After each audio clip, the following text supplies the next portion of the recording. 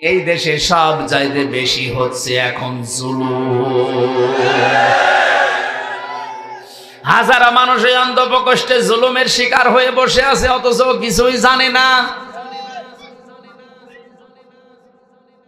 সব চাইতে ভয়ঙ্কর আয়াত আমার কাছে কোরআনে কারিমের সূরা শূরা 25 নাম্বার পারা 6 নাম্বার পৃষ্ঠা 13 নাম্বার লাইনের 42 নাম্বার আয়াতটা মনে হয়েছে।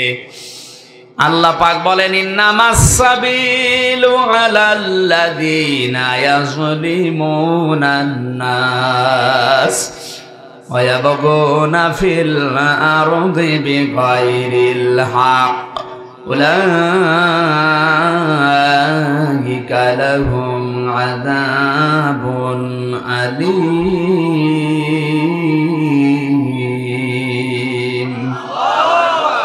আমি যত তাফসির বাংলাদেশে পেয়েছি সব তাফসিরের সাথে আয়াতটা মিলিয়েছি প্রায় 42টার উপরে। ভালো করে শুনেন, আল্লাহ পাক বলেন, আমি আল্লাহ মামলা দেব, অভিযোগ দায়ের করব, কেস করব তাদের বিরুদ্ধে যারা মানুষ হয়ে মানুষের উপরে জুলুম করে।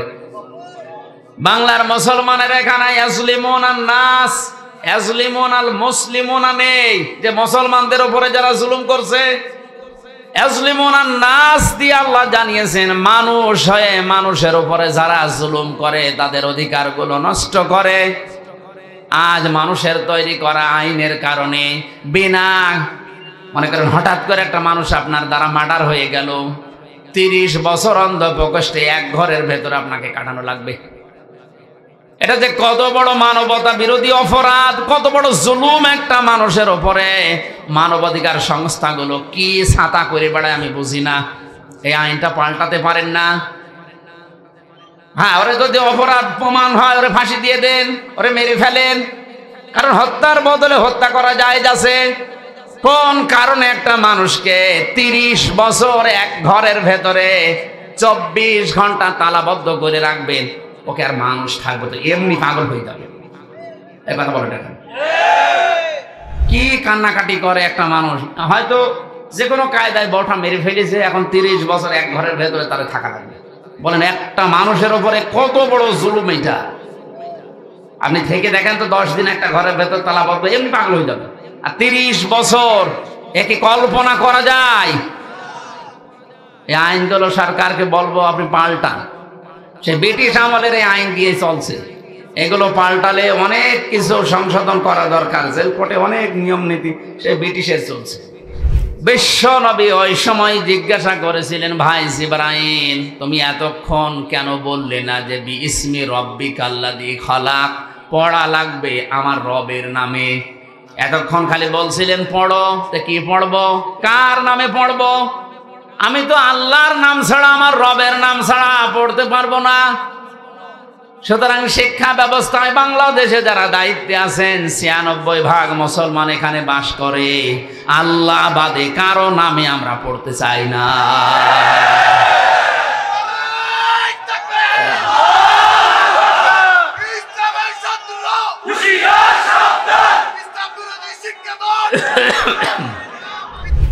এই কথাটুকু যদি বুঝে এখন প্র্যাকটিক্যাল লাইফে আপনি সেট করতে পারেন, এটাই তো ওয়াজ হয়ে গেছে। এই হাদিসটা যদি কেউ মেনে নিতে পারে মনে প্রাণে, যে কোরআন যেখানে নেই ওখানে গেলে আল্লাহ তাকে গোমরা বানিয়ে দেয়, এই বাংলাদেশে কোরআন ছাড়া অন্য কোন দল এদেশে চলবে না। আল্লাহ আমাদের বোঝার তৌফিক দিন, বলেন আমিন।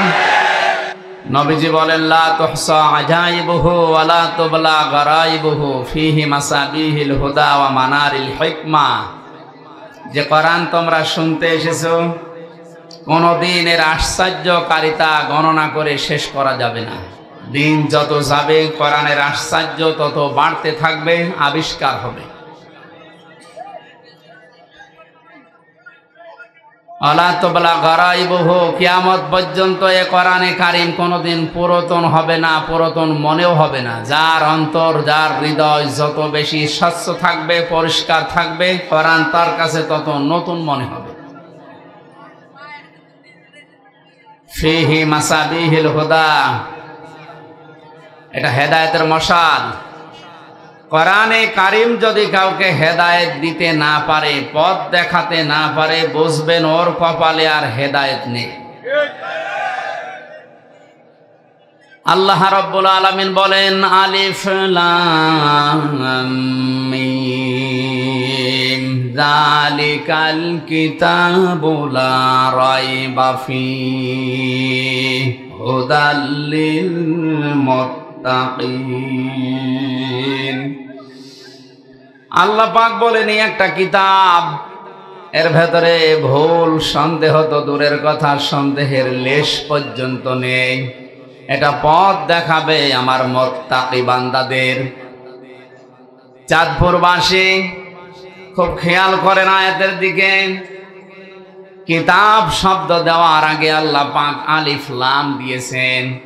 কিতাবের আগে আলিফ লাম দেওয়ার কারণ, যেখানে অনেক আলেম বসে আছে, কারণে হাজীগঞ্জ কামিল মাদ্রাসা মুহাদ্দিস আবু নসর আশরাফি ভাই সহ হাজারো আলেম এখানে তৈরি হচ্ছে। এই চাঁদপুরের জন্য এটা একটা নিয়ামত। স্টেজে অনেক আলেম বসে আছে। আলিফ লাম 4 প্রকার, তার ভেতরে এইটা নির্দিষ্ট করার জন্য এই আলিফ লাম কিতাবের আগে আল্লাহ দিয়েছেন। পুরা কোরআনে কারিমের নাম আমি তাফসিরে ফি জিলালিল কোরআনে পেয়েছি প্রায় 55টার উপরে। ব্যাপকভাবে প্রসারিত হয় তামাম দুনিয়াতে 5টা নাম। 1 নম্বরে কোরআনে কারিম, 2 নম্বরে কোরআনের নাম হচ্ছে আল ফুরকান, 3 নম্বরে কোরআনের নাম আজ-জিকির, 4 নম্বরে কোরআনের নাম আশ-শিফা, 5 নম্বরে কোরআনের নাম হচ্ছে আল কিতাব।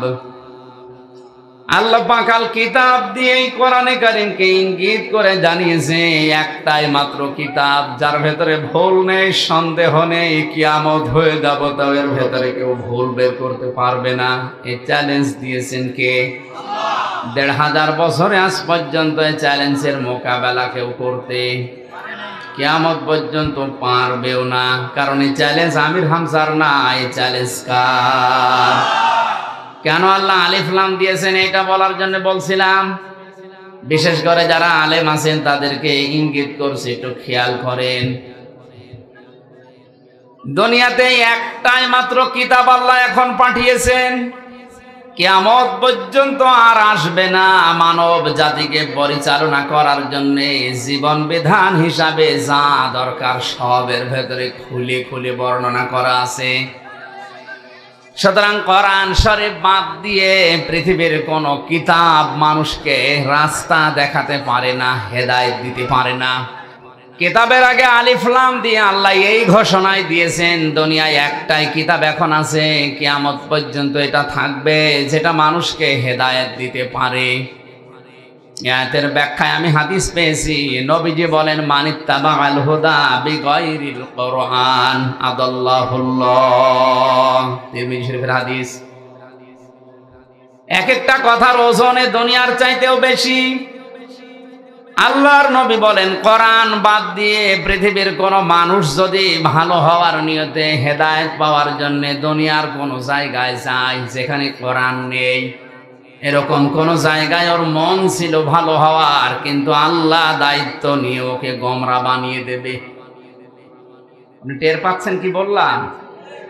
আলেমরা হয়তো টের পেয়েছে। শব্দের দিকে খেয়াল করেন, আদাল্লাহুল্লাহ শব্দটা যদি দল্লা ইয়াদিল্লু নবীজি দিতেন তাও তো অর্থ হয়ে যেত। তাহলে বাংলা অর্থ দাঁড়াতো আপনি নিজেই নিজেকে পথ ভ্রান্ত করে ফেলেছেন। কিন্তু আদাল্লাহ শব্দটা বাবে ইফআল থেকে আসার কারণে আদাল্লা ইয়াদিল্লু বাংলা অর্থ দাঁড়িয়েছে আপনি হয়তো ভালো হওয়ার নিয়ত নিয়ে কোনো জায়গায় গিয়েছিলেন, কিন্তু কোরআনে কারিমের কর্মসূচি সেখানে ছিল না, কোরআনের নিয়ম নীতি পদ্ধতি ওই জায়গায় চলে না। এই জন্য আল্লাহ নিজে দায়িত্ব নিয়ে আপনাকে গোমরা বানিয়ে দেবে। চাঁদপুরবাসী কথার লোড কত, ওজন কত আপনি টের পাননি এখনো। আপনার নিয়ত ভালো, কিন্তু কোরআন সেখানে ছিল না, এজন্য আল্লাহ দায়িত্ব নিয়ে আপনাকে আরো খারাপ বানিয়ে দেবে। চিন্তা করেন, হেদায়েত দেওয়ার মালিক হামজা, আসতে বলেন কে? একচ্ছত্র মালিকানা আল্লাহর। আল্লাহ নবীকেও দেননি। বিশ্ব নবীকে যদি আল্লাহ হেদায়েতের মালিক বানিয়ে দিতেন, তাহলে তার আত্মীয় স্বজন, চাচা ভাতিজা যারা আছে তাদেরকে তিনি দিয়ে দিতেন, আমাদের পর্যন্ত আসতো না। হযরতে আবু হুরায়রা একদিন লাফাচ্ছিলেন আনন্দ করে। সাহাবীরা বলে, ও কি এত বেশি আনন্দ করো, লাফাও, কারণ কি? হযরতে আবু হুরায়রা বলেন, এই মাত্র কোরআনে কারিমের আয়াত নাযিল হয়েছে যে হেদায়েতের একচ্ছত্র মালিকানা আল্লাহর, এটা কোন নবীর হাতে, ফেরেশতার হাতেও আল্লাহ দেননি। আমি আনন্দ করি এই কারণে, আমি তো নবীজির আত্মীয় না। যদি আত্মীয়, যদি নবীর হাতে আল্লাহ হেদায়েতের চাবিকাঠি দিয়ে দিত, আমি আবু হুরায়রা পর্যন্ত আসতো না। কারণ তার নিজের আত্মীয় স্বজন যারা আছে তাদেরকে দিয়ে তিনি জান্নাতে নিয়ে চলে যেতেন, আমি বাদ পড়ে যেতাম। যেহেতু আল্লাহর হাতে আছে, এই জন্য আমি আনন্দে আছি। কোরআনে কারীম জানিয়েছে, বিশ্ব নবী মুহাম্মদুর রাসূলুল্লাহ নিজে তার চাচা যেদিন মারা যায় আবু তালিব, মাথার পাশে বসে বসে বলছিলেন, ইয়া আম্মি আবি তালিব, লা ইলাহা ইল্লাল্লাহ হাজ্জুল লাকা ইনদাল্লাহি ইয়াউমাল কিয়ামাহ, রাহুল বুখারী। নবীজি বললেন, চাচা আপনার জোরে বলা লাগবে না, শুধু কানের কাছে মুখটা নিয়ে আস্তে করে বলেন, লা ইলাহা ইল্লাল্লাহ। তাওহীদের স্বীকৃতিটা দেন, রিসালাতের স্বীকৃতি যেটা আমার মুহাম্মদুর রাসূলুল্লাহটা বলার দরকার নেই, ওটা আপনি আমি মেনে নিলাম। শুধু আল্লাহর এই স্বীকৃতিটা আপনি আমার কানের কাছে, জোরেও বলা লাগবে না, আমার কানের কাছে মুখ নিয়ে বলেন। আমি কথা দিলাম কিয়ামতের দিন আল্লাহর দরবারে ঝগড়া করে আপনাকে আমি জান্নাতে দিয়ে আসবো। পাশে দাঁড়িয়েছিল আবু সেহেল আর আবু লাহাব। আবু সুফিয়ান ডাক দিয়ে বলে, নেতা পড়বা, সারা জীবন বাপ দাদার ধর্ম অনুসরণ করলে এখন ভাতিজার নতুন ধর্ম গ্রহণ করে কলঙ্কিত হবা। মানুষ তোমারে কাপুরুষ বলবে, ভীরু বলবে। আবু তালিব ওই সময় ডাক দিয়ে বলেছে, ভাতিজা আমি তোমাকে ভালোবাসি, কিন্তু এটা আমি পড়তে পারলাম না, তুমি আমাকে মাফ করে দিও। বলেন তো মাফ করার মালিক কে? বিশ্বনবীর মন খারাপ হয়ে গেল। সঙ্গে সঙ্গে কোরআনে কারিমের সূরা কাসাসের ৫৬ নম্বর আয়াত আল্লাহ ফেরেশতা জিবরাইলকে দিয়ে পাঠালেন, শুনিয়ে দেন, ইন্নাকা লা তাহদি মান আহবাবতা ওয়ালাকিন্নাল্লাহা ইয়াহদি মান ইয়াশা ওয়া হুয়া আ'লামু বিল মুহতাদিন। জোরে বলেন আল্লাহু আকবার। আল্লাহ পাক বলেন, হে নবী আপনি মন খারাপ করেন কেন? হেদায়েত তো আপনার হাতে আমি দেই নেই যে যাকে ইচ্ছা তাকে দিয়ে দেবেন, বরং এটা আমি আল্লাহ হাতে রেখেছি, আমি যাকে চাই তাকে দান করি। আমি আপনার চাইতে অধিক বেশি জানি যে হেদায়েত পাবে কে। এটা আপনার চাচা আমি জানি, কিন্তু এই লোকটার তো মন নেই হেদায়েত নেওয়ার। আপনি এত চেষ্টা করলেন, আপনার রিসালাতের ঘোষণা পর্যন্ত আপনি দিতে নিষেধ করেছেন যে ওটা দরকার নেই, শুধু তাওহীদের কালেমাটা একটু পড়েন, তারপরও সে পড়ে নাই। এই জন্য আমি আল্লাহকে হেদায়েত দেইনি। এরপরেও নবীজি তার কবরের পাশে দাঁড়িয়ে দুহাত তুলে মোনাজাত করেছিলেন, রব্বুল আলামিন তুমি দয়া করে আমার চাচাকে মাফ করে দাও।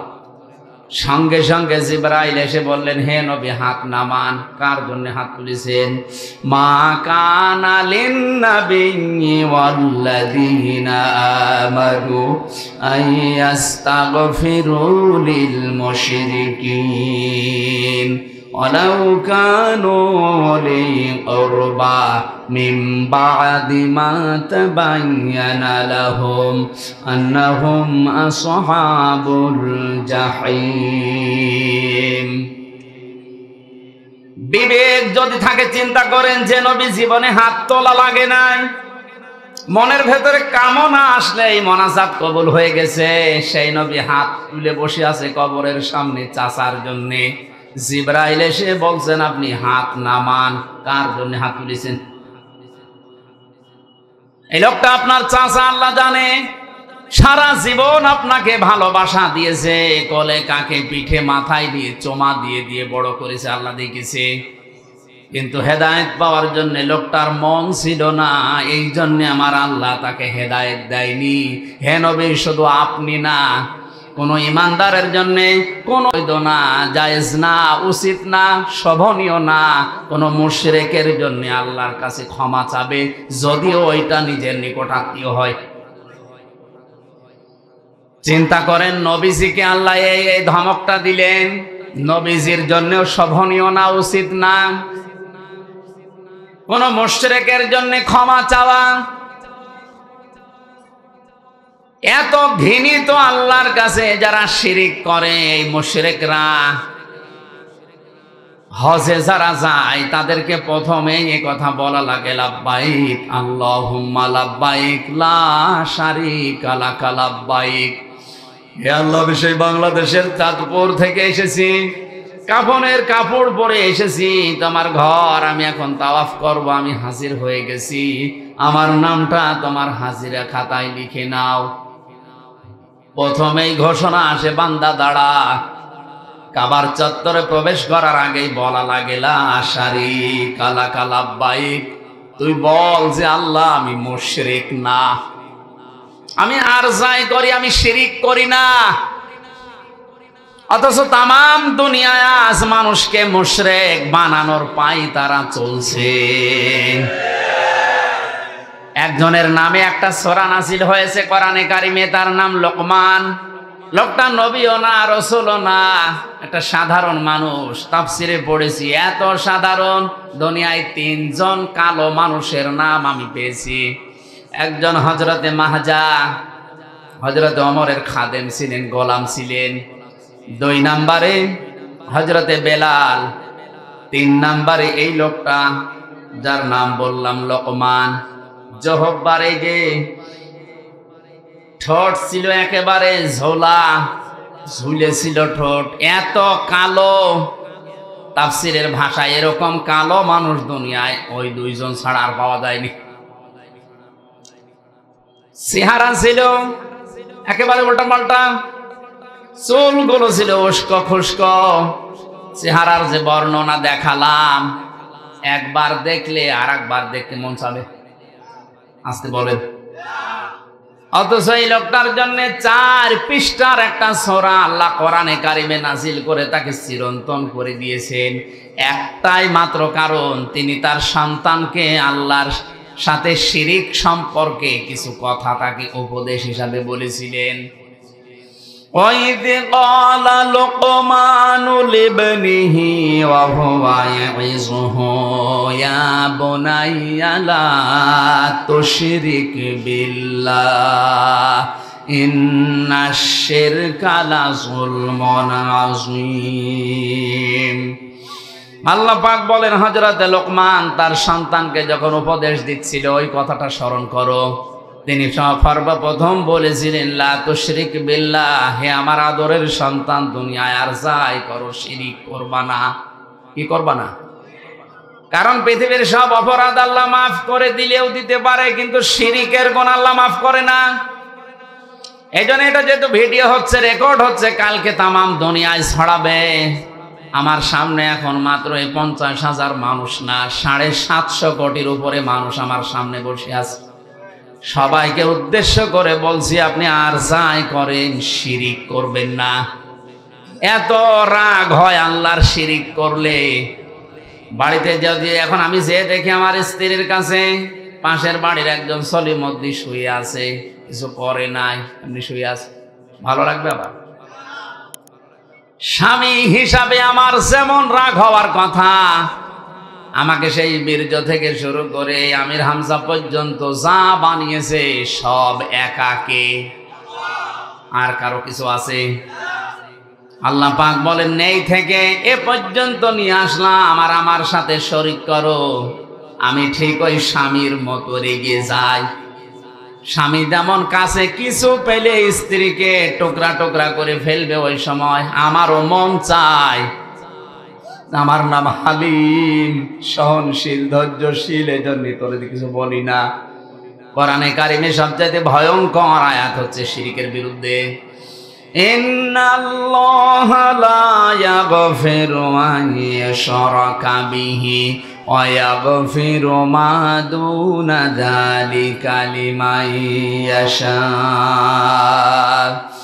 আল্লাহ পাক বলেন, অবশ্যই আমি আল্লাহ সব অপরাধ গুনাহ মাফ করে দিলেও দিতে পারি, কিন্তু শিরকের গুনাহ মাফ হবে না।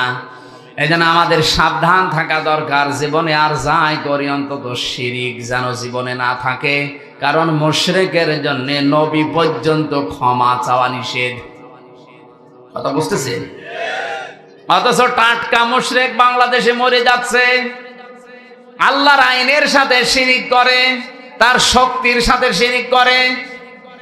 যারা ক্ষমতার উৎস জনগণ বলে, তারা আল্লাহর আয়াতের সাথে শিরক করে। এ বিশ্বাস এলাকায় আছে?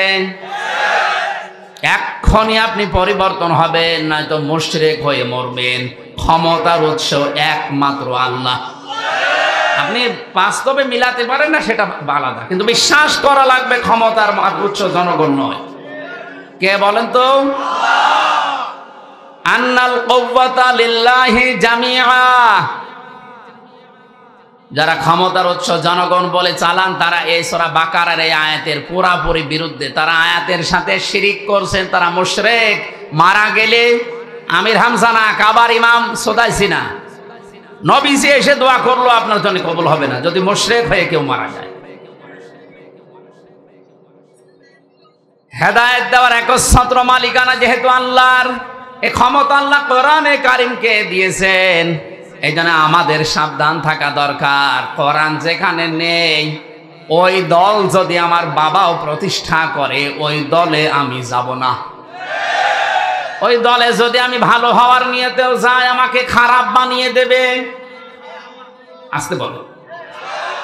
যেই পীরের দরবারে কোরআন শরীফ চলে না, কোরআনের নিয়ম নীতি নেই, ওই দরবারে যদি আমি ভালো হওয়ার নিয়তেও যাই, আমাকে গোমরা বানিয়ে দেবে কে? এর বাস্তব উদাহরণ কুষ্টিয়ার লালনের মাজার। এই এলাকা থেকে হাজারো মানুষ যাচ্ছে ওখানে, যেহেতু কোরআন ওখানে চলে না, কোরআনের নিয়ম নীতি ওখানে নেই, ওখানে মানুষের তৈরি করা কিছু বানানো নিয়ম চলে। এই জন্য আমার মনে হয় ওখানে গেলে মানুষ ভালো হওয়ার পরিবর্তে আরো খারাপ হয়। আগে গাঁজা খেত না, এখন গাঁজা খায়। আগে বিড়ি সিগারেট খেত না, এখন বিড়ি খায়। কথা বলে না কেন? লোকটা ভালো হয়েছে না খারাপ হয়েছে? আরে নদী পার হয়ে যে আল্লাহর ওলি আছে, আমি নাম নাই নিলাম, ওখানে গেলে মানুষ দেখি আগে দাড়ি মাড়ি যায় রাখতো, ওখানে গেলে দাড়ি কেটে সফা করে ফেলে। ভালো হয়েছে না খারাপ হয়েছে? আমি বাস্তব নিজে গিয়ে দেখেছি শিরক প্রকাশ্যে চলছে। বিশ্ব নবীর দরবারে, নবীজির কবরস্থানে, নবীজির মাজারে, আল্লাহর নবীর রওজায় আমি 16 সালে ঘুরে এসেছি। এইভাবে যাওয়া লাগে না, এইভাবে পিছিয়ে আসা লাগে না, কিন্তু ওই দরবারে গিয়েছি, এইভাবে যাওয়া লাগবে, আবার এইভাবে পিছিয়ে আসা লাগবে। লা তাত্তাখিযুল কুবুর মাসাজিদা। নবীজি বলেন, কবরকে তোমরা সেজদার জায়গা বানিও না। আজ হাজারো পীরের দরবারে কবরগুলো মাজার পূজা হিসাবে চলছে। যে কবরে মাজার পূজা চলে, ও কবর ভেঙে দেওয়া আমাদের জন্য একেবারে ওয়াজিব হয়ে গেছে। হাজার হাজার টাকা এখানে ব্যবসা করছে এই শিরক আর বেদাত তৈরি করে। আজকে আসার সময় একটা হাদিস দেখছিলাম, মেশকাত শরীফের হাদিস। নবীজি বলেন, 2 প্রকার মানুষ কিয়ামতে আমার সুপারিশ পাবে না।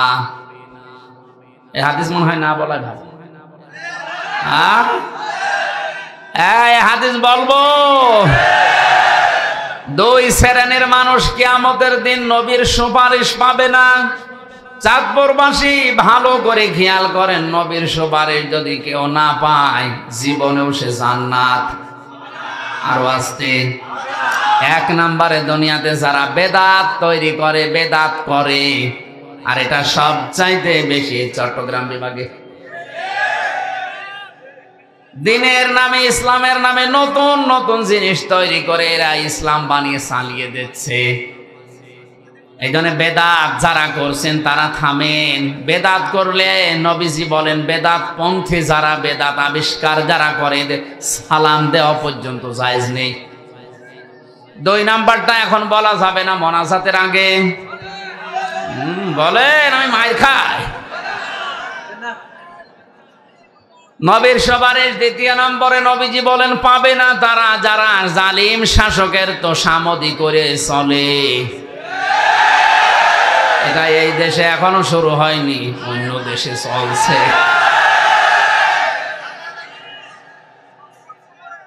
জালিমদের তোষামদি করে যারা চলবে এরা নবীর সুপারিশ পাবে না। আজকে হাসিগঞ্জের জামে মসজিদে গিয়ে যদি দেখেন ইমাম সাহেব দাড়ি গোপ কেটে একেবারে সফা করে ফেলেছে, আপনি নামাজ পড়তে যাবেন, কি বলবেন? হুজুর আপনি দাড়ি কাটলেন কেন? ইমাম সাহেব যদি বলে বেটা তোর তো দাড়ি নেই।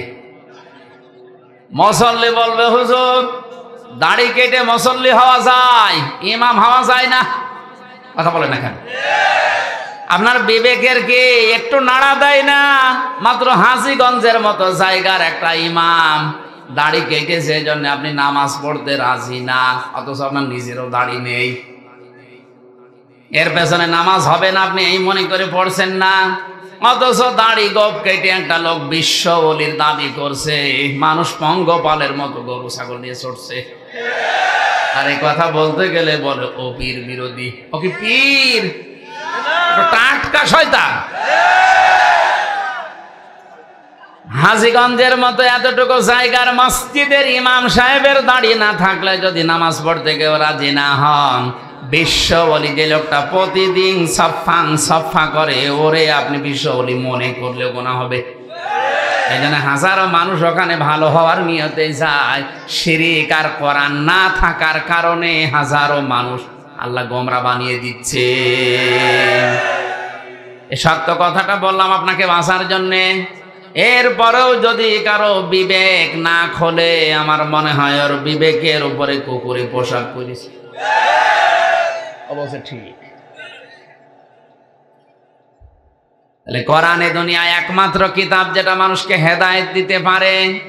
আজকের এই ময়দান থেকে সিদ্ধান্ত নিয়ে বাড়ি যাওয়া লাগবে, কোরআন যেখানে নেই ওই দলে, ওই দরবারে, ওই আস্তানায় আমি যদি চাই আমাকে গোমরা বানাবে কে?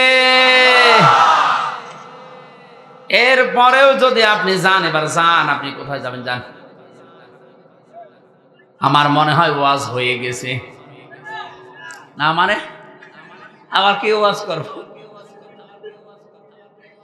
এই কথাটুকু যদি বুঝে এখন প্র্যাকটিক্যাল লাইফে আপনি সেট করতে পারেন, এটাই তো ওয়াজ হয়ে গেছে। এই হাদিসটা যদি কেউ মেনে নিতে পারে মনে প্রাণে, যে কোরআন যেখানে নেই ওখানে গেলে আল্লাহ তাকে গোমরা বানিয়ে দেয়, এই বাংলাদেশে কোরআন ছাড়া অন্য কোন দল এদেশে চলবে না। আল্লাহ আমাদের বোঝার তৌফিক দিন, বলেন আমিন। দরুদ আর সালাম পাঠ করছি আমাদের নবী, মানবতার মহান শিক্ষক মুহাম্মদুর রাসূলুল্লাহ সাল্লাল্লাহু আলাইহি সাল্লামের প্রতি। কোরআনে কারীম থেকে মাত্র একটা আয়াত পড়েছি, সূরা বাকারা আয়াত নাম্বার 124। 286টা আয়াত আছে সূরাতে, 40টা রুকু আছে। মাত্র একটা আয়াতে কত কথা আছে আপনি একটু হিসাব করে করে দেখবেন। পুরা কোরআনে আল্লাহ কত কিছু দিয়েছে, আপনার মাথা এলোমেলো হয়ে যাবে। জবান করে কোরআনে কারীমের তাফসীরুল কোরআন মাহফিল, তাফসীর আকারে কথা শোনার জন্য পড়েন। আউযু বিল্লাহি মিনাশ শাইতানির রাজিম। বিসমিল্লাহির রহমানির রহিম।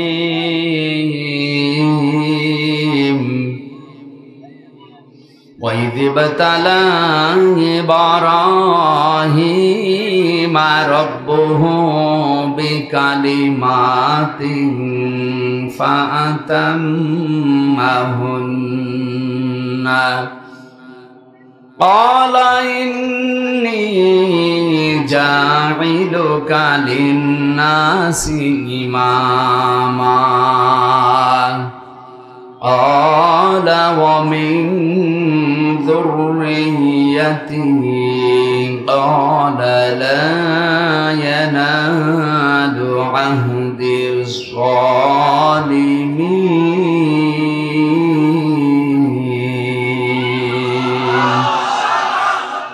খেয়াল করেন এই দেশে আমি যতটুকু এই কয় মাস, বিশেষ করে 1 মাস কয়েকদিন বের হয়ে যা দেখছি, এর আগে 20 সালের আগ পর্যন্ত বিশ্বের কয়েকটা দেশে আমি যতটুকু পেয়েছি তাফসির মাহফিল লেখা থাকে ঠিক, কিন্তু তাফসির হয় 5 প্রকার। যে যেই দেশে বাস করে ওই দেশে সরকারি তাফসির হয়, এটা হয়, বেসরকারি তাফসিরও হয়, খানকার তাফসির হয়। এখানকার পরে আমার যেখানে আছে রাতের বেলা রাত 12:30টার পরে ওখানে খানকার তাফসির হবে। 4 নম্বরে হয় নাটকীয় তাফসির, যেটাই ব্রাহ্মণবাড়িয়া কুমিল্লা এলাকায় চলে। আন্দাজে তাফসির মাহফিল নাম দিচ্ছে। নাটকীয়তা করে কোরআনে কারিমের মঞ্চগুলো তারা হাসির পাত্র বানিয়ে ফেলেছে। কথা বলেন না কেন? অথচ কোরআনে কারিমের এই ময়দানগুলো, এই মঞ্চগুলো, এটা আমানতের জায়গা, এটা মেম্বরের একটা আমানত আছে। এই জায়গাটা যারা হাসির খোরাকি বানিয়ে মানুষের কাছে উপস্থাপন করে, আল্লাযীনা আত্তাখাযু দীনাহুম লাহওয়াও ওয়া লাইবা ওয়া গাররাতুহুমুল হায়াতুদ দুনিয়া। সূরা আরাফের 51, 50, 51 নম্বর আয়াতে আল্লাহ জানিয়েছেন যে মানুষগুলো দুনিয়ায় আল্লাহর দ্বীনকে খেল তামাশা বানিয়ে ফেলেছে, এদেরকে দুনিয়ার জীবন ধোঁকায় ফেলে রেখেছে। কিয়ামতের দিন আল্লাহ তাদেরকে ভুলে যাবে যেমন তারা দুনিয়ায় কোরআনকে ভুলেছিল। ওরা তাফসির মাহফিলের নাম দিয়ে কোরআনে কারিমকে এমন ভাবে উপস্থাপন করছে নাটকীয় ভাবে, জেনারেল শিক্ষিত মানুষগুলো মনে করছে ইসলাম মনে হয় এরকমই। কথা বলছে না কেন? এই জন্য তাদের আহ্বান জানাবো, আপনারা এই মঞ্চের যে আমানত আছে, এই মেম্বরের যে আমানত আছে, এগুলো ঠিক রাখেন। দুনিয়ার স্বার্থে মত্ত হয়ে এই ময়দানটা কলুষিত করবেন না। 5 নম্বরে হয় দরকারি তাফসির, কোরআনিক তাফসির, যেটা বাংলাদেশ, ভারত, পাকিস্তানে খুব কম। কথা বলে না কেন? আমাদের উপরে যায় আসুক না কেন, আমরা কোরআনে কারিমিক তাফসির যেটা দরকারি, যেটা ওইটা করব। আল্লাহ ঘোষণা দিচ্ছেন, ওয়াইদিবতালা ইব্রাহিম রাব্বুহু বিকালিমাতিন ফাতাম্মাহুন্না। হে নবী, আপনি স্মরণ করেন ওই সময়ের কথা যখন ইব্রাহিম আলাইহিস সালামকে মহান আল্লাহ কিছু কালেমার দ্বারা, কথার দ্বারা পরীক্ষা করেছিলেন, আর প্রতিটি পরীক্ষায় হযরত ইব্রাহিম উত্তীর্ণ হয়েছিলেন। এখন আসেন একটু পরিচয় নেওয়া যাক। ইব্রাহিম ইনি কে? আমাদের জাতির পিতা, আমাদের জাতির পিতা। কারণ আমাদের নাম যে মুসলিম, এ মুসলিম নামটা তিনি দিয়েছেন। মিল্লাতা আবিকুম ইব্রাহিম হুয়া সাম্মাকুমুল মুসলিমিন। আল্লাহ পাক বলেন, জাতির পিতা হিসাবে আমি একজনকে ঘোষণা করলাম, তার নাম ইব্রাহিম, আর তিনি তোমাদের নাম রেখেছেন মুসলমান। আমাদের নাম মুসলিম, মুসলিম জাতিয়ে জাতিয়ে নাম দিয়েছে কে? হুয়ার ফাইল এখানে 2টা, আল্লাহ হতে পারে, ইব্রাহিম আলাইহিস সালামও হতে পারে। ইবনে কাসির বর্ণনা করেন এটা ইব্রাহিম আলাইহিস সালামই বেশি, তিনি আমাদের নাম মুসলিম দিয়েছেন। সুতরাং মুসলমান দাবি করার পরেও যারা ইব্রাহিম আলাইহিস সালামের সন্তান হিসাবে নিজেকে পরিচয় দেন না, আমি বাকিটা বললাম না। বাবার পরিচয় যদি কেউ দিতে না চায়, ওটা কি? আরো জোরে বলেন কি? আশা করছি আর নিচে নামা লাগবে না, মরণ পর্যন্ত এটা মনে রাখবেন, আমি মুসলিম। আমার এই নামটা আমার বাবা দিয়েছেন। এখান থেকে মাসলা বের হয়, সন্তান জন্ম দেওয়ার পরে বাবার যে 4টা দায়িত্ব, তার 1 নম্বরে হচ্ছে তার একটা সুন্দর নাম রাখা। এখানে কত বাবা বসে আছে, এমন এমন নাম সন্তানের রাখে, শয়তান পর্যন্ত হাসে। একই নাম রেখে দিয়েছে বল্টু। নাম কিয়ামতের ময়দানে প্রতিটি মানুষকে আল্লাহ তার বাবার সাথে নাম ধরে ডাকবে। হামজা বিন রিয়াজ। আজ অনেক মহিলা তাদের স্বামীর সাথে নাম মিলিয়ে রাখে। আমার ম্যাডামের নাম তামান্না, আমার নাম আমির হামজা। উনি যদি তামান্না আমির লেখে না, এটা বৈধ না। ওনাকে লেখা লাগবে ওনার বাবার নামের সাথে তামান্না সুলতানা, ওনার বাবার নাম সুলতান। কারণ আমার স্বামীর সাথে সংসার যদি ভেঙে যায়, আজকেই যদি তালাক হয়ে যায়, কালকে ওর মুখ দেখা আমার জন্য আর জায়েজ। কিন্তু বাবার সাথে তালাক হওয়ার সম্ভাবনা আছে। বলেন। এই জন্য বাবার যে 4টা দায়িত্ব, তার 1 নাম্বারে দায়িত্ব হচ্ছে তার সুন্দর নাম রাখা। 7 দিনে আকিকা করা, এটা সুন্নাত। কেউ যদি না পারে 10 দিনে, 21 দিনে, এরপরে যতদিন পারেন করবেন, আদায় হবে। কিন্তু সুন্নাত হচ্ছে 7 দিনে। আমি বোঝাতে পেরেছি?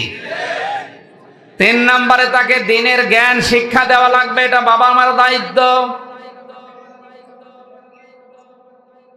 দিনের জ্ঞান শুরু হয় যার নাম নিয়ে। তার নাম বলেন তো। আমি এখানে একটা তথ্য বলবো, যারা জ্ঞানী মানুষ আছেন খেয়াল করবেন। নবীজির বয়স যখন 40 বছর, বিশ্ব নবীকে ফেরেশতা জিবরাইল ওই পাহাড়ে হেরা গুহায় 3 বার বুকে ধরে চাপ দিয়েছিলেন যে পড়েন। নবীজি বললেন, মা না বিকারি, আমি পড়তে পারবো না। কথা বলেন না কেন? 4বার যখন তিনি বলেছেন, ইকরা বিসমি রাব্বিকাল্লাযী খালাক, বিশ্ব নবী এবার 5টা আয়াত জিবরাইলের সাথে পড়েছিলেন না পড়েন নাই? একবারও কি আপনার বিবেকের কাছে কথাটা আসে না যে কেন এবার পড়লেন?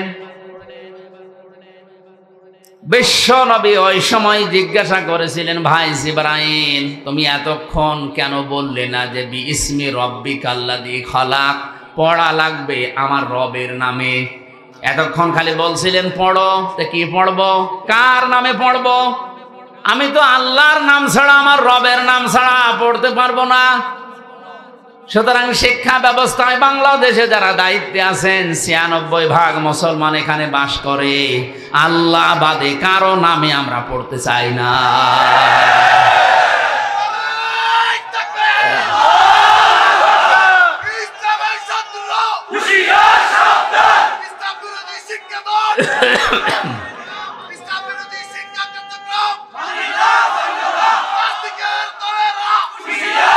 আমার ভাইরা,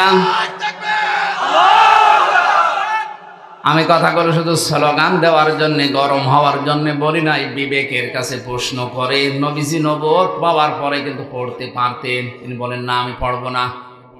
কারণ আমার রবের নাম যখনই আমি শুনলাম তখনই পড়া স্টার্ট দিলাম। বিশ্ব নবী নবুয়ত পাওয়ার পরেই তার উম্মতদেরকে আদেশ দিয়েছে, উম্মতেরা সন্তান তোমাদের হলে তাদের 3 নাম্বারের দায়িত্ব তার দিনের শিক্ষা। আর দিনের শিক্ষা শুরু হয় আমার আল্লাহর নামে। যে বইয়ের শুরুতে বিসমিল্লাহির রহমানির রহিম থাকে না, ইকরা বিসমি রাব্বিকাল্লাযী খালাক থাকে না, ইন্নাদ দীনা ইনদাল্লাহিল ইসলাম থাকে না, ওই পড়া মুসলমানেরা পড়বে কিনা ভেবে দেখা উচিত। কথা বলে না কেন? শিক্ষা গ্রহণ করার পরে মানুষ যদি মানুষ না হয়ে জানোয়ার হয়ে যায়, ওইরকম শিক্ষায় শিক্ষিত না হওয়াই ভালো। বাংলাদেশ সহ বিশ্বে যত জায়গায় ঘুরেছি, কোরআনে কারিমের শিক্ষা যাদের ভেতরে আমি পেলাম, বাস্তবে ওই ছোটবেলায়ও যারা কোরআনের শিক্ষা কম পেয়েছে, তারা বড় হয়ে যত বড় জায়গায় উঠেছে, তাদের ওই ছোটবেলার কথাটা মনে আছে। ঝিনাইদহ জেলার টিয়নো, ওই 20 সালের আগে আমি এক বাড়িতে খেতে গেলাম, যে দেখি চা দিয়েছে, পিরিজ নেই, শুধু কাপ। আমি হেসে ফেলেছি। কিন্তু জ্ঞানী মানুষ বুঝতে পেরেছে, বলছে হুজুর আপনি কেন হাসেন আমি বুঝি। চা দিয়েছি শুধু কাপে পিরিচ নেই, একটা পিরিচ দিয়েছিল কিন্তু ভাঙা, এই কারণে আপনি হাসেন। আপনি হয়তো জানেন না, গতকালকে আমি যদি এই সোমবার গেল, গতকালকে যদি একটা ফাইলে সই করতাম 5 লাখ টাকা আমার হাতে দিয়েই দিয়েছিল। কিন্তু ছোটবেলায় আমি কোরআনে কারীম পড়েছিলাম যে ঘুষ খাওয়া যাবে না। ওই আয়াত আমার সামনে সব সময় এসে দাঁড়িয়ে বলে যে যত কঠিন পরিস্থিতি হোক ঘুষ খাওয়া যাবে না। এরকম পিরিচ একটা না 1000টা পিরিচ আজকে আমি কিনতে পারতাম। বলেন তো কোরআনের শিক্ষা থাকার কারণে লোকটা মানুষ হয়েছে না জানোয়ার? আর এটা যাদের ভেতরে নেই, যে মানুষগুলো শিক্ষিত হচ্ছে, আমি বাস্তব প্র্যাকটিক্যাল লাইফের কথা বলছি। এত বড় বড় দাড়ি, মাথায় টুপি দিয়ে পাগড়ি মাথায় আছে, হাতে তসবিহ টিপতেছে। আমি গেলাম বিশ্ববিদ্যালয়ের সার্টিফিকেট নিয়ে আসতে, আমারে বলছে হামজা তাড়াতাড়ি করো। হুজুর তাড়াতাড়ি করছি, তাড়াতাড়ি করো, আমি জামাত ধরবো জোহরের নামাজের। আল্লাহ হুজুর আমি তো তাড়াতাড়ি করছি, আমিও গাড়ি ধরবো। মাথা নিচু করে বলছে 2000 টাকা বের করো। তো আপনি জামাত ধরবে? কিসের জামাত ধরবেন আপনি? আপনার মাত্র 15 মিনিট লাগবে জোহরের নামাজ পড়তে, আর সরকার আপনার কাছে 8টা ঘন্টা কিনে নিয়েছে। আমাদের এই ছেলে মেয়েরা যারা আসবে তাদের সই করে সিল মেরে আপনি দিয়ে দেবেন সার্টিফিকেট। এটা আপনার নামাজ, এটা আপনার জামাত। কথা বলেন না কেন? 2000 টাকা বের কর মানে আমি জানি যে এর কাছে আমার সার্টিফিকেট পাওয়া যাবে না, এই জন্য আমি আজ তুলিও নাই, কারণ ও থাকতে দেবে না। বলেন তো যে লোকটা টিয়ন, তার দাড়ি নেই, গোপ নেই, টাই শার্ট প্যান্ট পরে, কিন্তু ছোটবেলায় কোরআনের সুদের আয়াত ঘোষের আয়াতটা তার সামনে এসে দাঁড়ায়, এই লোকটা এই লাইনের না ভেষ ধরেছে। জেনারেল শিক্ষিত মানুষ ভেষ ধরে আজকে দাড়ি রেখে জব্বা গায়ে দিয়ে পাগড়ি মাথায় দিয়ে তসবিহ টিপতেছে, বলছে 2000 টাকা বের করো। তাহলে এও তো শিক্ষিত, ওইটাও শিক্ষিত। কোরআনে কারিমের শিক্ষা থাকার কারণে ওটা মানুষ হয়ে গেছে, আর কোরআন না থাকার কারণে এটা সরত সিরতে ঠিক আছে জানোয়ার হয়ে গেছে। এই চোখে দেখেছি ওস্তাদ ওযু করছে, ছাত্র পানি ঢেলে দিচ্ছে পায়ে। আমি এই চোখে এইটাও দেখেছি, ওস্তাদ ক্লাস নিচ্ছে, ছাত্র স্যান্ডেল দিয়ে পিটাচ্ছে। বিশ্ববিদ্যালয়ে অনেক জায়গায় অনেকেই সকালবেলা কুলি করে মদ দিয়ে। এই জন্য জাতির আজকে ভেবে দেখা উচিত, শিক্ষা ব্যবস্থায় শিক্ষিত হয়ে যদিও মানুষ না হয়ে জানোয়ার হয়ে যায়, ওর চাইতে ওর ভ্যান চালানো ভালো। নবীজি নবুয়ত পাওয়ার পরে কি বলেছিলেন? জিবরাইল তুমি এতক্ষণ কেন বলনি যে বিসমি রব্বিকাল্লাযী খলাক? তাহলে আমি এতক্ষণ অপেক্ষা করতাম না, কারণ রবের নামে পড়লেই মানুষ মানুষ হয়। আশা করছে আমার নিচে নামা লাগবে না, আপনি বুঝেছেন? এটা শুধু আমার একার কথা না, এদেশের 18 কোটি মানুষের মনের কথা হয়তো অনেকেই মুখ ফুটে বলতে পারে না। কথা বলে না কেন? হযরত ইব্রাহিম আলাইহিস সালাম, তাকে মহান আল্লাহ 50টা পরীক্ষা দুনিয়ায় করেছিলেন। 50টা পরীক্ষার ভেতরে আমি তার জীবনী থেকে তাফসীর থেকে তুলেছি, ঈমান সম্পর্কে মহান আল্লাহ তাকে পরীক্ষা করেছিলেন 10টা। কয়টা? 10টা। দুনিয়ায় আমাদের অনেকের ঈমান এখন আছে না নেই? পৃথিবীর প্রতিটি জিনিস ভেঙে যাওয়ার সিস্টেম আছে, ভালো করে খেয়াল করেন। মানুষ ওযু করলে ওযু ভেঙে যায় 7টা কারণে। কয় কারণে? আরো জোরে বলেন। মানুষ নামাজ পড়তে দাঁড়িয়েছে, নামাজও ভেঙে যায় 19টা কারণে। কয় কারণে? মানুষ রোজা রাখে, রোজাও ভেঙে যায় 2 কারণে। কয় কারণে? বলেন বলেন। হজ করতে যায়, হজও নষ্ট হয়ে যায়, ভেঙে যায় 5টা কারণে। মানুষের যে ঈমান আছে এই ঈমানও ভেঙে যায়, নষ্ট হয়ে যায় 10টা কারণে। কয় কারণে? হযরত ইব্রাহিম আলাইহিস সালামকে আল্লাহ ঈমানের পরীক্ষায় এই কারণে নিয়েছিলেন কয়টা? আরো জোরে, জোর হলো না। 2 নম্বরে আমলের পরীক্ষা নিয়েছিলেন তাকে 30টা। কয়টা? আমলের পরীক্ষাগুলো আমি শুধু থিওরি বলে দিচ্ছি, বাড়িতে যে দরকার হয় আমি যদি বিস্তারিত বলতে না পারি মেলাবেন। সূরা তাওবার ভেতরে 112 নম্বর আয়াতে আছে 10টা। সূরা মুমিনে আছে, মুমিনুন 18 পারায় 1 থেকে 10 নম্বরে, এখানে 10টা। সূরা আহজাবের 35 নম্বর আয়াতে আছে 10টা। এই 30টা তার জীবনে যতদিন তিনি বেঁচে ছিলেন আমল যত করেছিলেন, এই 30টা পরীক্ষা তার জীবনে আমলে ছিল। 3 নম্বরে তার ফিতরাত বা স্বভাব সম্পর্কে পরীক্ষা করেছিলেন আল্লাহ 10টা। এই তথ্যগুলো মারেফুল কোরআন এবং তাফসিরে হাক্কানি থেকে আমি নিয়েছি। এবার আমরা একটা করে তাফসিরে প্রবেশ করছি। কারণ কি? আল্লাহ পাক ইব্রাহিম আলাইহিস সালামকে ঈমানের পরীক্ষা নেওয়ার যে ধারাবাহিকতা, প্রথমেই তার পরীক্ষা নিয়েছিলেন তারকা দিয়ে। কি দিয়ে? ফালাম্মা জান্না আলাইহিল লাইলু রাআ কাওকাবা ক্বালা হাযা রাব্বি ফালাম্মা ফালা ক্বালা লা উহিব্বুল আফিলিন। আমি বিস্তারিত বলার জন্য না, শুধু থিওরিগুলো বলে দিলাম। সূরা আনআম ৭৬ নম্বর আয়াতটা বাড়ি যে দেখবেন, হযরত ইব্রাহিমকে আল্লাহ ঈমানের পরীক্ষা নেওয়া আরম্ভ করেছিলেন তারকা দেখে। উনি মনে করেছিলেন এইটা হয়তো আমার দেবতা বা আমার খোদা হবে, আমার মালিক। কিন্তু দিন শেষে যখন ওটা ডুবে যায়, রাতের বেলা যখন ওটা ডুবে যায়, তিনি বললেন যেটা ডুবে যায় ওইটা আমার মালিক হতে পারে না, আমি তার কাছে তাকে ভালোবাসি না। এরপরে চন্দ্র দেখেছিলেন, সূর্য দেখেছিলেন। 3টা পরীক্ষার পরে হযরত ইব্রাহিম নবী বলেছিলেন ফালাম্মা ফালাত ক্বালা ইয়া কওমি ইন্নী বারি মিম্মা তুশরিকুন। হে আমার জাতির লোকেরা, তোমরা আজ তারকা পূজা করো, তোমরা চন্দ্র পূজা করো, সূর্য পূজা করো, কেউ দুর্গা পূজা, কেউ দুর্গা পূজা, কেউ বিভিন্ন গাছ পূজা, মাটি পূজা, আগুন পূজায় ব্যস্ত আছে। আমি সব কিছু থেকে মুখ ফিরিয়ে নিজেকে মুক্ত ঘোষণা করলাম। তিনি ওই সময় একটা দোয়া করেছিলেন।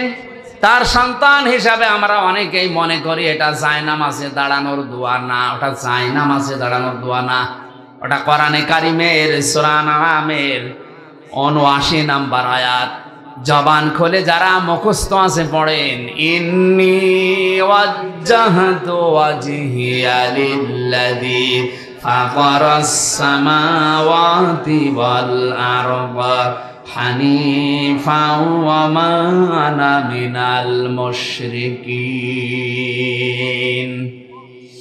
হযরত ইব্রাহিম ওই সময় বলেছিলেন, হে আমার মালিক, আমি সব দিক থেকে মুখ ফিরিয়ে নিলাম, আমি আসমান জমিনের সব দিক থেকে মুখ ফিরিয়ে একনিষ্ঠ হয়ে তোমার দিকে মুখ ফিরালাম, কারণ তুমি আমাকে বানিয়েছো হানিফা। আমি একনিষ্ঠ ভাবে তোমার দিকে ঘুরে আসলাম। ওমান আমিনাল মুশরিকিন, আমি ঘোষণা দিচ্ছি আমি কিন্তু মুশরিক না। আমার প্রথম কথা ছিল আপনি আর যাই করেন শিরিক করবেন না, কারণ এটা আমাদের জাতির পিতার প্রথম শিক্ষা। তিনি ঈমানের প্রথম পরীক্ষায় বলেছিলেন আল্লাহ আমি কিন্তু মুশরিক না। জোরে বলেন আল্লাহু আকবার। ইব্রাহিমের সন্তান যারা দুনিয়ায় একদিকে গেলেও আমরা শিরিক।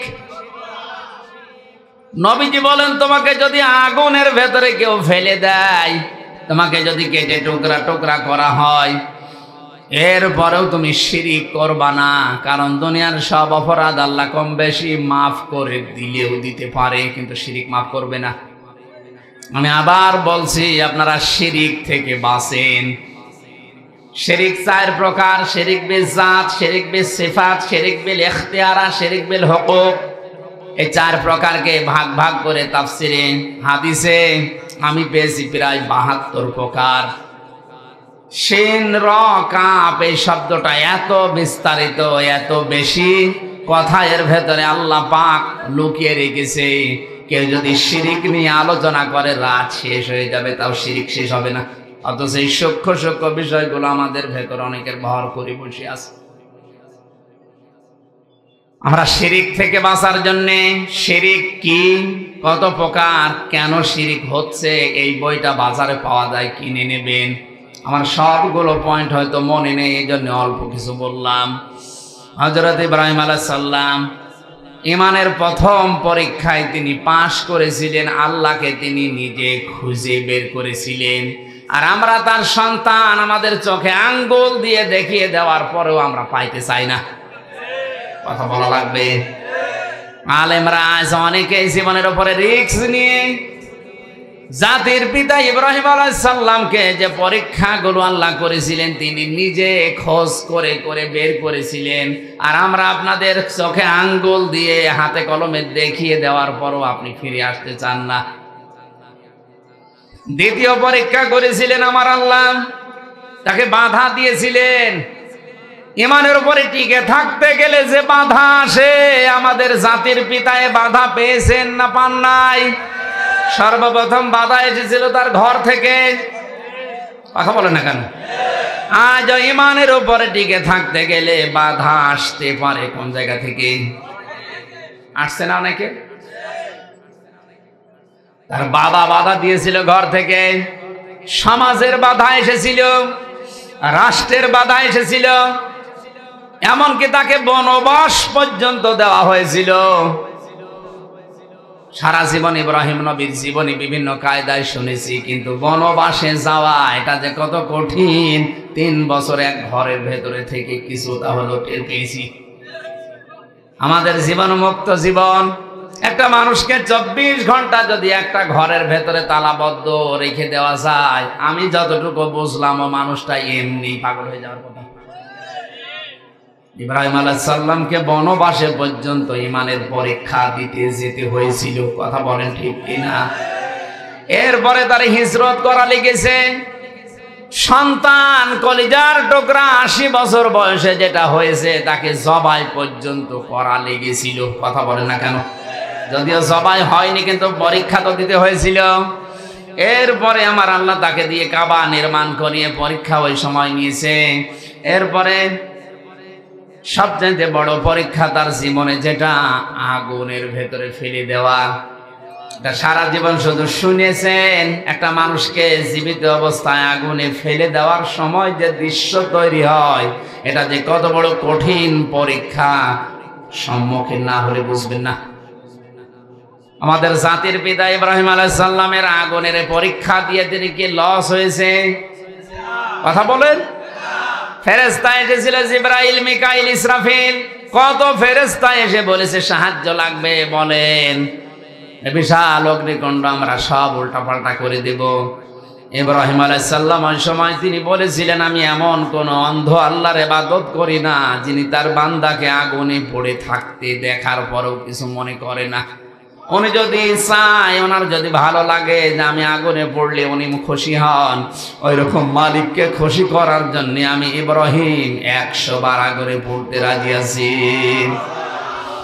আল্লাহ রাব্বুল আলামিন ওই সময় তাকে জানিয়েছিলেন, ক্বালা ইন্নী জাইলুকা লিন্নাসি ইমামা। হে ইব্রাহিম, তোমার এই কঠিন পরিস্থিতিতে কথা বলাটা আমি আল্লাহ এত বেশি পছন্দ করেছি। যত মানুষ দুনিয়ায় আসবে, এখন যারা আছে সবার জন্য আমি তোমাকে নেতা বানিয়ে দিলাম। তুমি শুধু মুসলিম জাতির নেতা না, লিন্নাসি ইমামা, যত মানুষ আসবে দুনিয়ায় সবার জন্য তুমি নেতা, তুমি নেতৃত্ব দেবে। খেয়াল করবেন এবার, হযরত ইব্রাহিম ওই সময় সঙ্গে সঙ্গে প্রশ্ন করেছেন, ক্বালা ওয়া মিন যুররিয়াতি।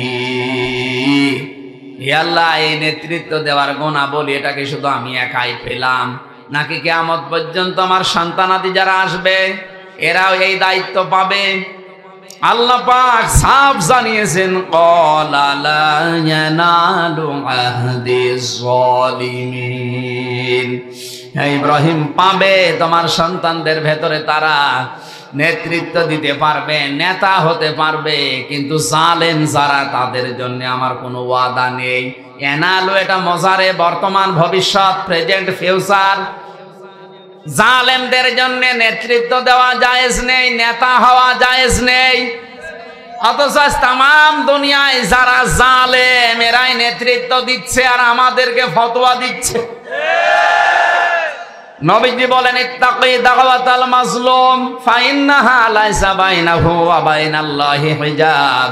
হে আমার উম্মতেরা, আর যাই করো মজলুমের বরদোয়া থেকে বেঁচে থাকবা, কারণ মজলুম যখন বরদোয়া করে তার ভেতরে আর আল্লাহর ভেতরে কোনো পর্দা থাকে না।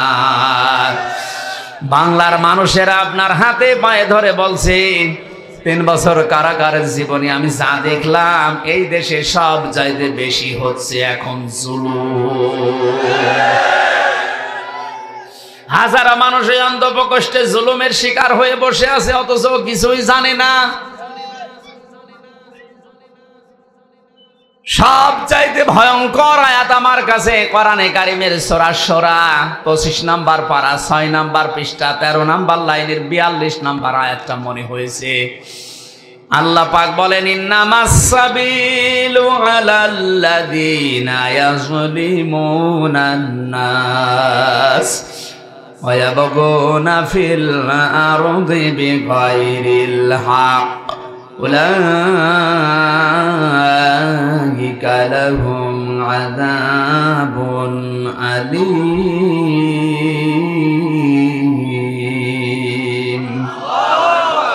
আমি যত তাফসির বাংলাদেশে পেয়েছি সব তাফসিরের সাথে আয়াতটা মিলিয়েছি প্রায় 42টার উপরে। ভালো করে শুনেন, আল্লাহ পাক বলেন আমি আল্লাহ মামলা দেব, অভিযোগ দায়ের করব, কেস করব তাদের বিরুদ্ধে যারা মানুষ হয়ে মানুষের উপরে জুলুম করে। বাংলার মুসলমানের এখানে ইয়াজলিমুনান নাস ইয়াজলিমুনাল মুসলিমুনা নেই, যে মুসলমানদের উপরে যারা জুলুম করছে। ইয়াজলিমুনান নাস দিয়ে আল্লাহ জানিয়েছেন মানুষ হয়ে মানুষের উপরে যারা জুলুম করে, তাদের অধিকারগুলো নষ্ট করে। আজ মানুষের তৈরি করা আইনের কারণে বিনা, মনে করেন হঠাৎ করে একটা মানুষ আপনার দ্বারা মার্ডার হয়ে গেল, 30 বছর অন্ধপ্রকোষ্ঠে এক ঘরের ভেতরে আপনাকে কাটানো লাগবে। এটা যে কত বড় মানবতা বিরোধী অপরাধ, কত বড় জুলুম একটা মানুষের উপরে। মানবাধিকার সংস্থাগুলো কি ছাতা করে বেড়ায় আমি বুঝি না। এই আইনটা পাল্টাতে পারেন না? হ্যাঁ, ওরে যদি অপরাধ প্রমাণ হয় ওরে ফাঁসি দিয়ে দেন, ওরে মেরে ফেলেন, কারণ হত্যার বদলে হত্যা করা জায়েজ আছে। কোন কারণে একটা মানুষকে 30 বছর এক ঘরের ভেতরে 24 ঘন্টা তালাবদ্ধ করে রাখবেন? ওকে আর মানুষ থাকবে তো এমনি পাগল হয়ে যাবে। এই কথা বলে দেখেন।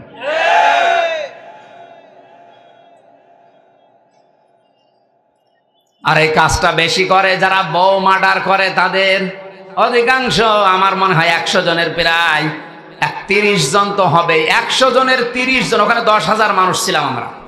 100 জনের 30 জন এই মামলার আসামি, বউ মার্ডার, শুধু বউ মার্ডার। এই জন্য ওখানে টুকে টুকে রেখেছিলাম। বাইরে এসে এই 1 মাসের ভেতরে আমি 2টা বইও করেছি যে দাম্পত্য জীবনে কলহ এবং তার সমাধান কি দেওয়া যায়। কারণ অধিকাংশ মানুষ এই হঠাৎ করে যে কোনো কারণে রাগের মাথায় বউ মেরে ফেলেন, 30 বছর এক ঘরের ভেতরে কাটানো লাগে। আর একটা মানুষ জেলে গেলে শুধু সে নিজে জেল খাটে, তার পরিবার ধ্বংস হয়ে যায়। এক কথা বলেন না কেন? সুতরাং কোনো কারণে যেন এরকম কোনো অকারেন্স করে ফেলবেন না। এই জন্য বইটা আপনি নিয়ে যাবেন, স্ত্রীকে পড়াবেন, নিজের জন্য আর একটা নেবেন। 2টা লিখেছি, একটা পুরুষের একটা মহিলাদের। ওই শেষ হয়ে গেছে। 100টা আছে, এখানে আছে। মঞ্চে থাকলে যাদের লাগে শিক্ষিত মানুষরা নিয়ে যাবে। এটা দরকার, খুবই দরকার। আসলে বাস্তবে তো দেখে আসলাম কি কান্নাকাটি করে একটা মানুষ। হয়তো যে কোনো কায়দায় বউটা মেরে ফেলেছে, এখন 30 বছর এক ঘরের ভেতরে তারা থাকা লাগবে। বলেন একটা মানুষের উপরে কত বড় জুলুম এটা। আপনি থেকে দেখেন তো 10 দিন একটা ঘরের ভেতর তালাবদ্ধ, এমনি পাগল হয়ে যাবে। আর 30 বছর, একে কল্পনা করা যায়? এই আইনগুলো সরকারকে বলবো আপনি পাল্টান। সে ব্রিটিশ আমলের এই আইন দিয়ে চলছে, এগুলো পাল্টালে অনেক কিছু সংশোধন করা দরকার। জেল কোর্টে অনেক নিয়ম নীতি সে ব্রিটিশের চলছে। আমার ভাইরা, এই আয়াত দিয়ে আল্লাহ প্রমাণ করেছেন আমি আল্লাহ নিজে মামলা দেব তাদের বিরুদ্ধে যারা মানুষের উপরে জুলুম করে।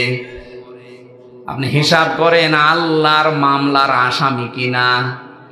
এই আয়াত পড়ার পরে আমার যেটা মনে হয়, বাংলাদেশে এখন হাজারো মানুষ আল্লাহর মামলার আসামি।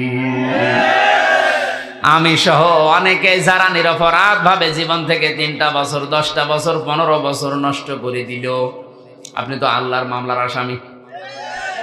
আমি নাই আপনার মামলার আসামি। আমার মামলার আয়ু একজন মাদারীপুরের, একজন বাগেরহাটের। এরা নাই আমার মামলার আয়ু, এরা মামলার বাদী। আর আপনি আমার উপরে জুলুম করে আপনি আল্লাহর মামলার, আপনি টের পাচ্ছেন কি বলছি আমি? হাজার হাজার লক্ষ লক্ষ মানুষ এই দেশে এখন বিভিন্ন কায়দায় আল্লাহর মামলার আসামি হয়ে অলরেডি বসে আছে। আল্লাহ আমাদের হেফাজত করেন, বলেন আমিন। এই জন্য জালেমদের জন্য নেতা হওয়া, নেতৃত্ব দেওয়া, রাজনীতি করা জায়েজ। আরো জোরে বলেন জায়েজ। এই আয়াত আমি বানালাম। ইব্রাহিম নবীর ফিতরাত সম্পর্কে আল্লাহ 10টা পরীক্ষা নিয়েছিলেন। আমি পেয়েছি তার মাথার ভেতরে 5টা। নবী ইব্রাহিম আলাইহিস সালাম মাথায়, নাকের ভেতরে তিনি পানি দিতেন। বিজ্ঞান এই শব্দ নিয়ে গবেষণা করে জানিয়েছে দিনে রাতে 5 থেকে 6 বার যদি কেউ নাকে পানি দেয়, সারাদিন সারা রাতে যে জার্মগুলো নাক দিয়ে প্রবেশ করে, মহান আল্লাহ নাকি পানি দেওয়ার কারণে বের করে দেয়। এরপরে কুলি করতেন তিনি, মুখের ভেতরে যে জার্মগুলো তৈরি হয় সারাদিন সারা রাতে, কুলি করলে এটা দূর করে দেয়। ইব্রাহিম আলাইহিস সালামের ফিতরাত ছিল, স্বভাব ছিল এটা। 3 নম্বরে তিনি মেসাক করতেন। 4 নম্বরে তার গোপ দাড়ি তিনি কাটতেন। দাড়ি কাটা জায়েজ আছে, কিন্তু 1 মুষ্টির পরে। এই যে শব্দটা এরা কালকে বানাবে, যে প্রথমে বললাম দাড়ি কাটা জায়েজ আছে, এই পরে যে বলেছি ওইটা কেটে দেবে, কেটে ছড়াবে যে আমির হামজা বলেছে দাড়ি গোপ কাটা জায়েজ আছে। আমি কি ওইটা শেষ করেছি? 1 মুষ্টির পরে কাটেন, অসুবিধা নেই। যারা বিভিন্ন জায়গায় আমার নামে আমার এই খণ্ডিত বক্তব্যগুলো নিয়ে ভিডিও বানাচ্ছে, বিশেষ করে আমার এই তাহেরি ভাই, এই নোরে বাংলা নামে একজন আছে চট্টগ্রামের, আরো বিভিন্ন হুজুররা এই কাজগুলো করছেন কোন কারণে? 1.5 ঘন্টা 2 ঘন্টা বলে কথা বলি, পুরাটা তো দেন না, 1.5 মিনিট দেয়। এই যে যদি, কিন্তু, অথবা এইগুলো বাদ, প্রথম শব্দটা দিয়ে ওরা কালকে দেখেন ভিডিও বানাবে বলি। এখানে যারা ইউটিউবার আছেন, এই যে কাট দেওয়া আছে, এগুলো ছাড়া উল্টা পাল্টা করেন না ভাই। আপনার কারণে আমার জীবন থেকে 3টা বছর গেল। আবার যদি উল্টা পাল্টা করে আমারে আটকে রেখে আপনার লাভ আছে?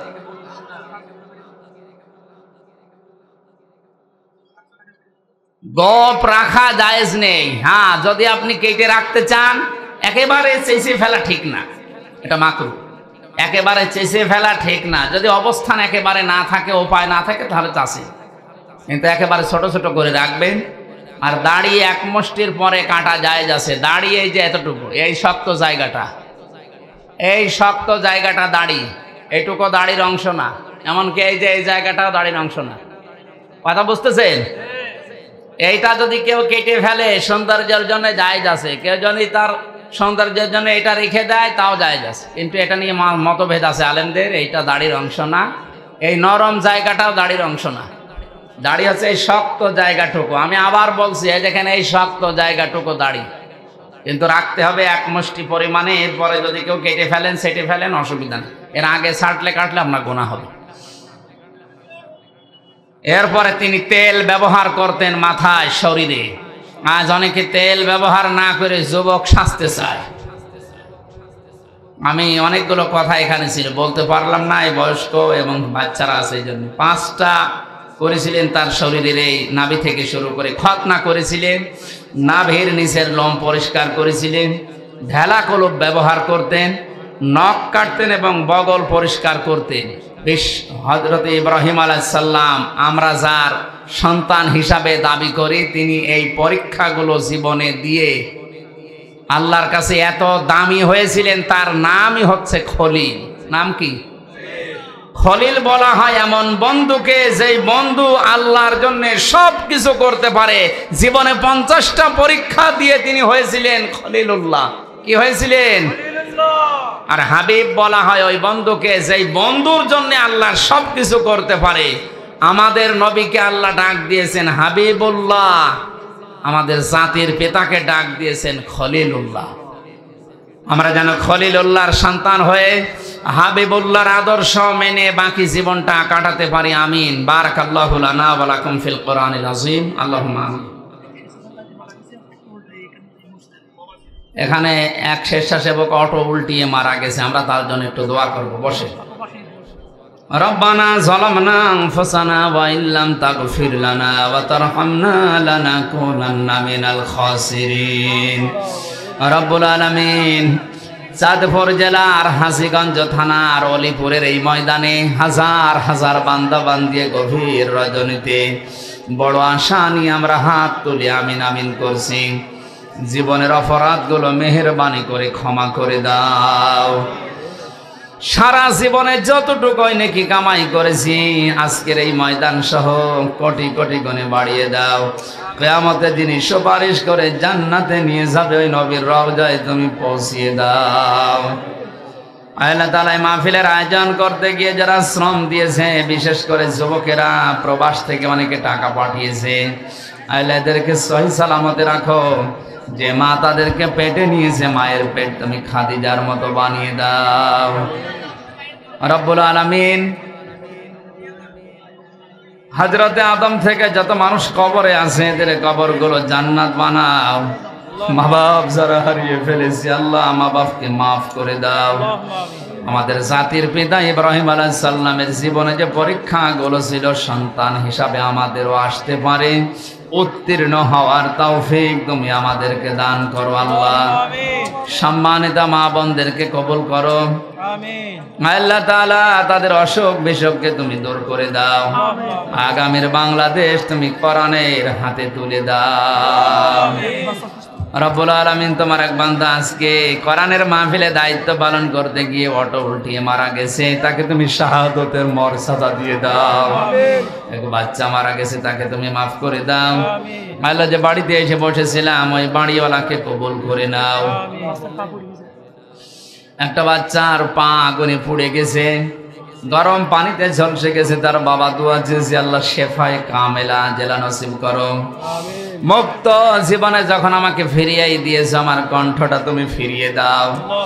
আল্লাহ তাআলা, আমার শরীরকে তুমি সুস্থ করে দাও। কোরআনের কথাগুলো সহজ সরল ভাষায় তোমার বান্দা বান্দীদেরকে বলতে পারে সেই তৌফিক দাও। বারাকাল্লাহু লানা ওয়া লাকুম ফিল কোরআনিল আযীম।